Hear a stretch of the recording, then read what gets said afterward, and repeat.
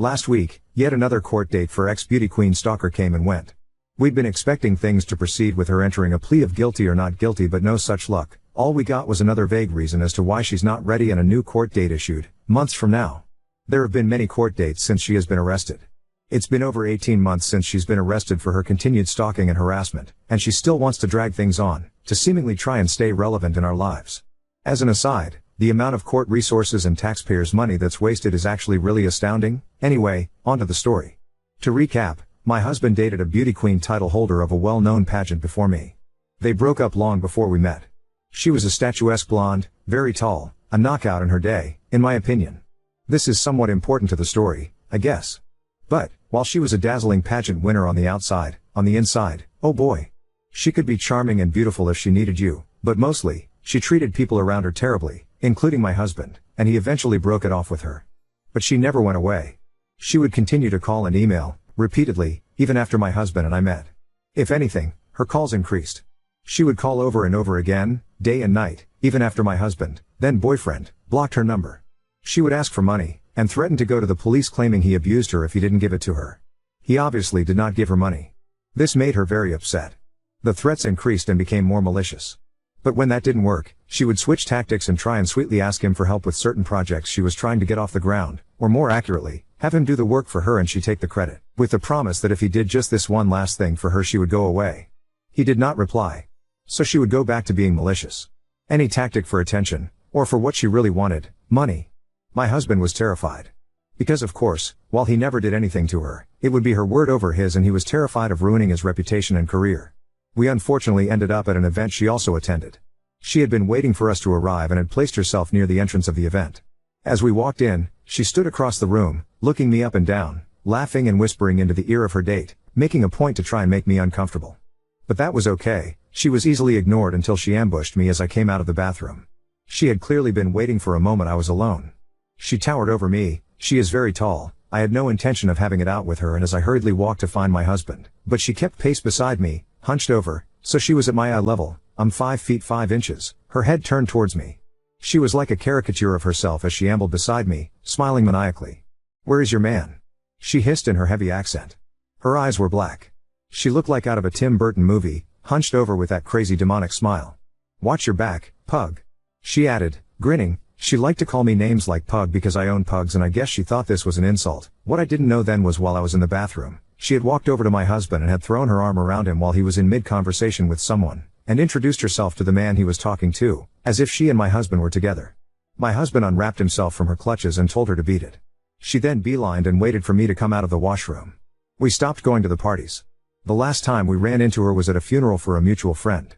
She followed me around the wake. As my husband, boyfriend at the time, was talking to the man's widow, I was talking to a friend and his wife. She walked right up and stood with us, joining us mid-conversation as if she were part of the group. It was unnerving but also just bizarre. It was a funeral and I did not want a scene. I silently picked my wine glass off the bar and walked away, leaving her with the couple I had been speaking to, and her staring at me with a smirk on her face. All in all, annoying but manageable. However, the emails, calls, never stopped. She would call my husband over and over, day and night, even though he had long blocked her number. She would drive by. I found my car keyed one night after I left it outside, but obviously I couldn't prove it's her. But enough was enough. My husband had a lawyer send a cease and desist. After the first, she called him from a private number. He answered and she said, "Hi it's me," in a sing-song voice like they were the best of friends and he hadn't just sent her a lawyer's letter ordering her to stay away from him and his family. He said nothing and hung up. Another cease and desist was sent. Then a third. Nothing would make her go away. She did not actually think my husband was capable of not wanting to be with her, because her beauty. Eventually though, she got pissed that he was not giving in. So, she decided to take this rage to the internet. I knew that she was absolutely checking out my social media, but I don't really use it much, so I didn't care. However, she created a fake Twitter account and tweeted husband's name as a fraud and tagged his colleagues, friends, investors, family members. Every single person she could think of to try and ruin his reputation and career. On New Year's Eve, she posted on my Instagram account at exactly 12:01 a.m. Happy New Year. Scrud social media settings were all put to private. We went to the police armed with the emails threatening to give her money or she would go to the police. She was charged with 2 counts of harassment, and a restraining order was put into place. To our shock, the next day after her arrest, our phones were buzzing. This story had made front page news, Clearly a slow news day, her day in court came, right before COVID. We arrived to the courthouse and sat down. She walked in, we were shocked by her appearance. Actually, shocked is an understatement. She was unrecognizable from her former self. Gone was the statuesque, dazzling blonde.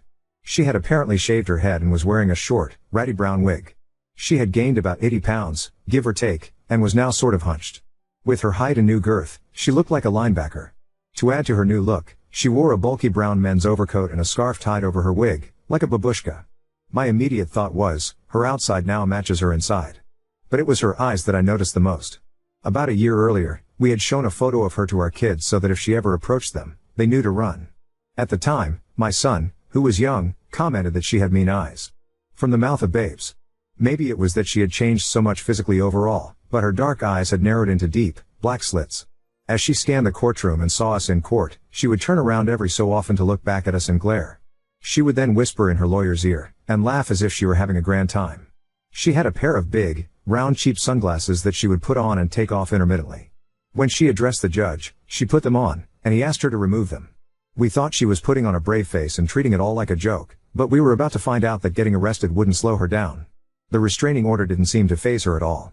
If anything, it angered her more. From then on, every day, night and day, she would post from multiple fake social media accounts, photos of myself, of my husband. She would put up my husband's photo with the caption pedophile or other terrible names that included racist and transphobic comments and captions. To give you a slight idea, she posted altered pictures of my husband, photoshopped to look like he was wearing heavy makeup and referring to him as a pre-op transgender. She posted altered and unflattering photos of myself. She called me old ugly, those are the G-rated ones. Listen, I am no beauty queen myself. The name calling, while obsessive and gross, wasn't what bothered me most.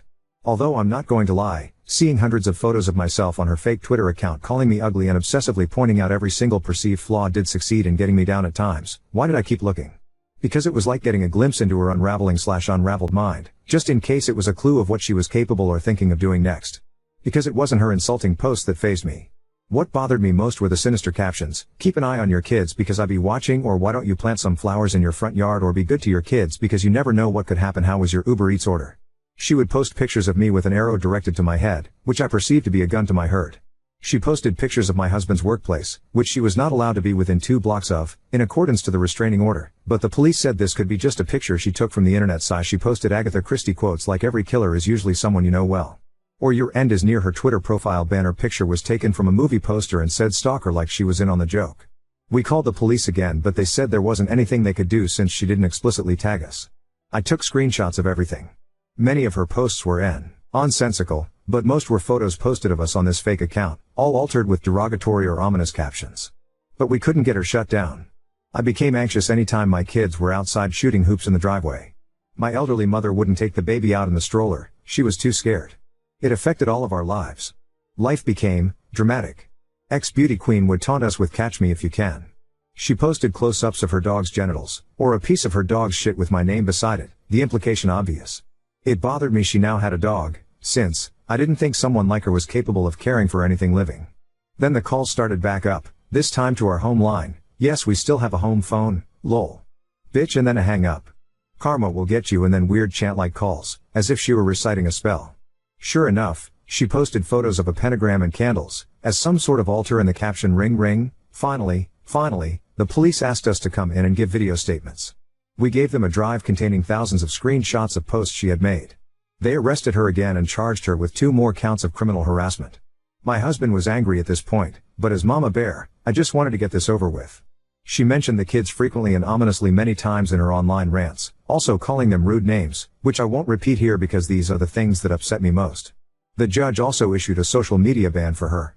By the time she was rearrested for the second time, her fake Twitter account, which was literally mostly insults or references to my family, had 16,000 tweets in a 3-month period.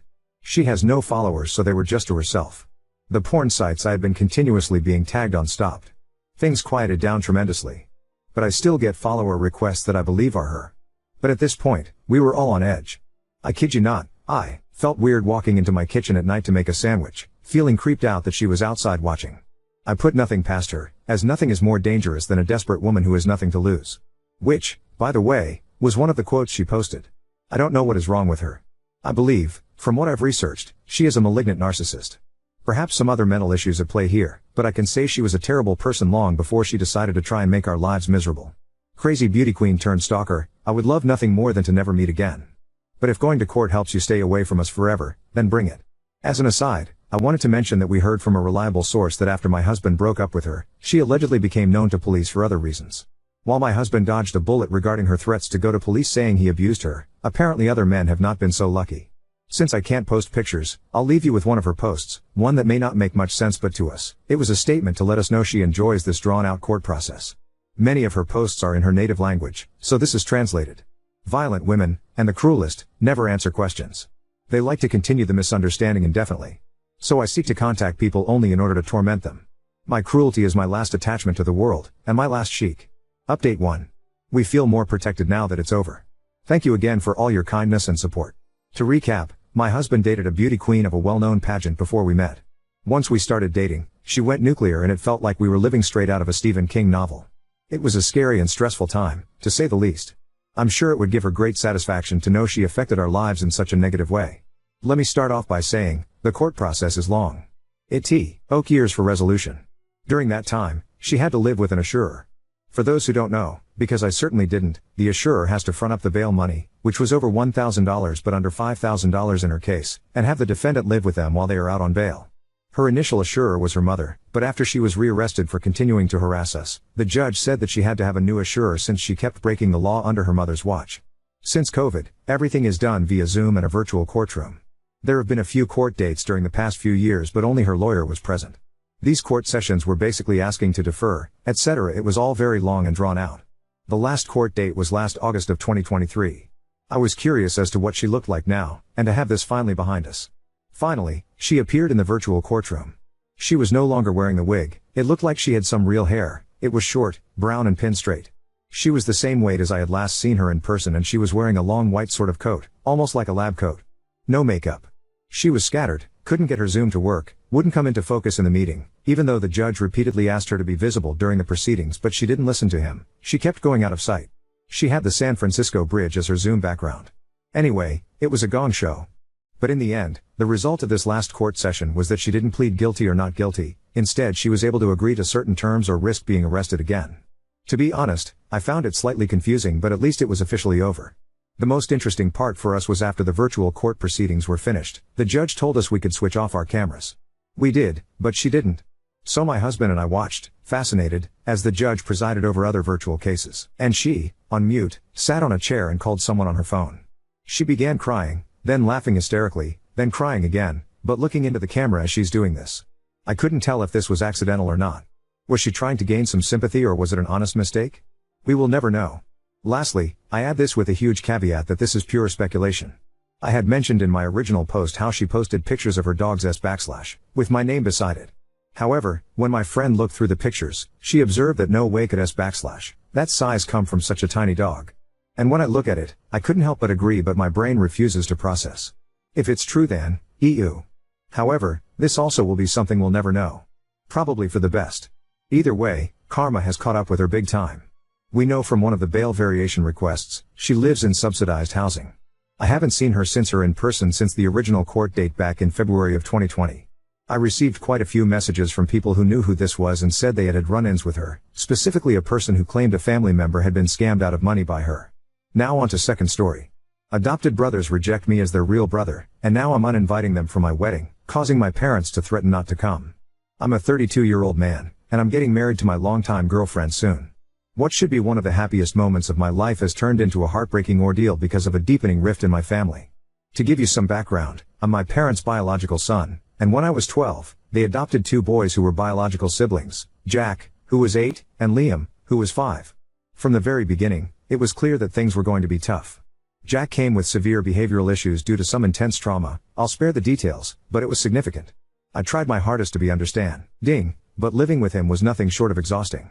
His outbursts were constant, and I often felt like I was walking on eggshells, terrified of setting him off. As we grew older, I continued to try to be there for Jack, despite everything. A few years ago, Jack fell into a devastating drug addiction. I stood by him through his darkest moments, supporting him through rehab, and doing everything I could to help him get back on his feet. It was draining and heartbreaking, but I did it because I loved him and believed that, despite our challenges, we were still brothers. The situation came to a head recently at a Sunday dinner at my parents' house. My son was working on his summer homework, which involved creating a family tree. He innocently asked Jack if he wanted to be included, and Jack just flat out said no. He didn't want to be part of it because, in his exact words, "We're not real brothers." He said it so casually, like it was the most obvious thing in the world, with no regard for how much it would cut me to the core. I was utterly stunned, but what shattered me even more was that Liam, who I've always felt closer to, just sat there in silence. He didn't say a word. He didn't defend me or even acknowledge how hurtful Jack's words were. He just let it happen. I've tried so hard to be supportive of both of them, especially Jack, despite the endless challenges. So, for Jack to say that, and for Liam to do nothing, felt like a gut punch. It was as if they were both telling me that I was never truly part of their family. I decided to uninvite both Jack and Liam from my wedding. My fiancé has been nothing but supportive of my decision, but my parents are furious. They've made it clear that if Jack and Liam aren't invited, they won't attend either. It feels like history is repeating itself, with my parents once again prioritizing Jack over me, no matter how much it hurts me. I'm absolutely heartbroken that my parents would choose to miss my wedding rather than support me in this. I know Jack has been through a lot, but I've done everything I can to be there for him and for Liam, despite all the heartache. And now, I feel like I'm the one being punished for finally standing up for myself and setting some boundaries. Update 1. Buckle up, because things have taken a wild turn. After hearing from so many of you, I decided I needed to talk to Liam. We met up at a pub, and I just laid it all out there, how hurt I was when he didn't say anything after Jack made that awful comment about not being real brothers. I was half expecting him to defend himself, but what I got was something entirely different. Liam confessed that he's been living in fear of Jack for years.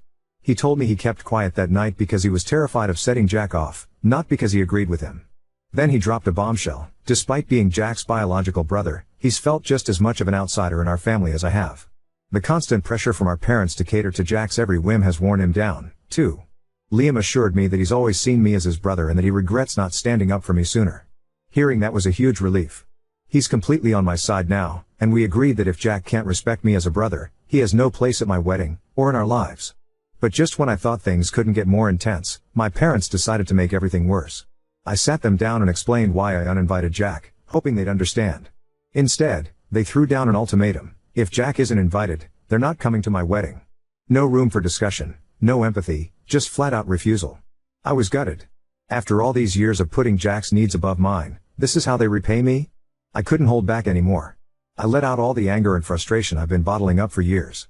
I told them how I've always been the one sacrificing, how they've always prioritized Jack, and that I was done being treated like I don't matter. I made it clear that if they choose not to come to my wedding, they're making their choice, and I'll make mine. With that, I walked out, leaving them to stew in their own decisions. Out of nowhere, Jack started bombarding me with the nastiest, most hurtful texts I've ever received. He accused me of turning Liam against him, of ripping the family apart, and had the audacity to call me selfish for abandoning him. He ranted about how he never felt like he belonged in the family and how it's all my fault for pushing him away. His words hit hard, but they also opened my eyes. Jack has spent his whole life blaming everyone else for his problems, and I've been his favorite scapegoat. This time, though, I'm not letting him guilt trip me. I didn't even respond, I just blocked his number. If he can't see what he's done wrong, then there's nothing more to say. Liam was livid when I told him about Jack's messages. He's more determined than ever to support me, and we've decided to go low contact with our parents until after the wedding. Liam's been a rock through all this, helping me with the wedding plans and making sure I'm not dealing with this mess alone. So, the wedding is still happening, but with a much smaller guest list. My parents haven't reached out since our argument, and at this point, I don't care if they show up or not.